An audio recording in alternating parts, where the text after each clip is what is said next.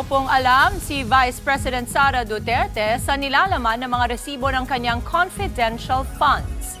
Naaawa na rin daw siya dahil mga tao niya ang iniipit sa Kamara. Buwelta naman ni House Speaker Martin Romualdez, edi si VP Sara mismo ang magpaliwanag sa hearing. Nasa frontline ng balitang yan si Marian Enriquez.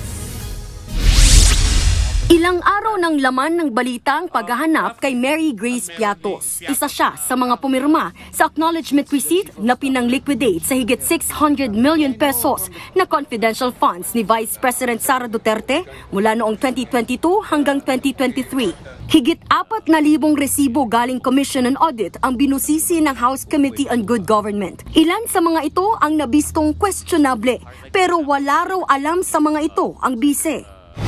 I have no comment on that, no, because I've not seen the acknowledgement receipt na kanilang sinasabi because basically lahat ng mga documents hindi siya dumadaan sa akin. Humarap sa pagdinig ng komite ang mismong Chief of Staff ni VP Sara na si Attorney Zulaika Lopez na pinakontempt ng Kamara. Pero kahit siya, wala rin daw alam kung paano ginastos ang pondo.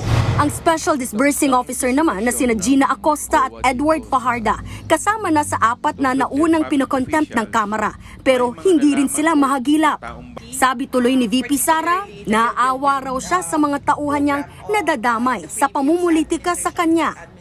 Kung makita ninyo, luwid kayo sila sa pag-persecute sa ako, sa pagbukod sa ako, sa pagdaot sa ako ang pangalan, na-apil ang ilangan trabaho, na-apil ang ilangan pangalan.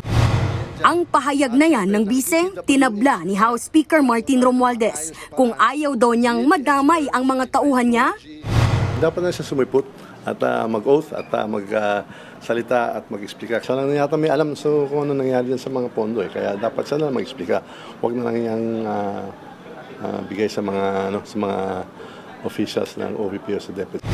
ganito rin ang sentimiento ng Makabayan Bloc. Kasalanan niya yan.